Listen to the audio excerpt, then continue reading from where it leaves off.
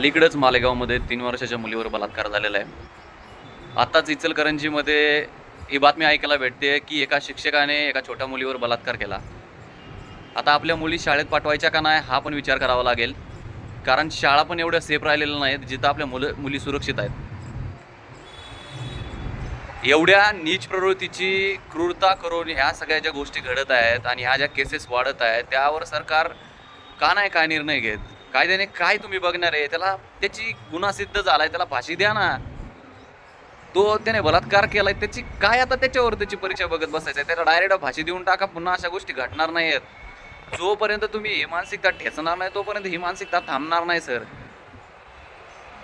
आज त्याच बापावर हा प्रसंग नाही मुलीच्या, ज्या ज्या बापांना मुली आहेत ना त्या सगळ्यांनी ही गोष्ट लक्षात घ्या की पहिल्यांदा हे चेक करा की तुमच्या मुली ज्या शाळेत जातात ती शाळा किती सेफ आहे, त्यामध्ये किती चांगले शिक्षक काम करतात, त्यांची भावना काय, त्यांची मानसिकता काय हे चेक करा. प्रत्येक ठिकाणी मुलगी पाठवताना थोडीशी काळजी घ्या.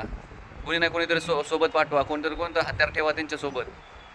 ही मानसिकता ठेचली पाहिजे. सरकारला एवढीच नम्र विनंती आहे की काय ना काहीतरी याच्यावर ॲक्शन घ्या. ही गोष्ट थांबली पाहिजे. वारंवार एवढ्या केसेस वाढत चाललेल्या आहे, वर्षी तर एवढ्या केसेस वाढलेल्या आहे महाराष्ट्रामध्ये की न सांगण्या एवढी गोष्ट आहे सर.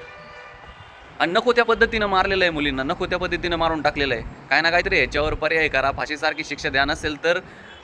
नसेल तर समाजाला काय ना काहीतरी आता त्याच्यावर पर्याय काढावाच लागेल, नाहीतर तर चौरंग करावंच लागेल. त्याला पर्यायच नाही.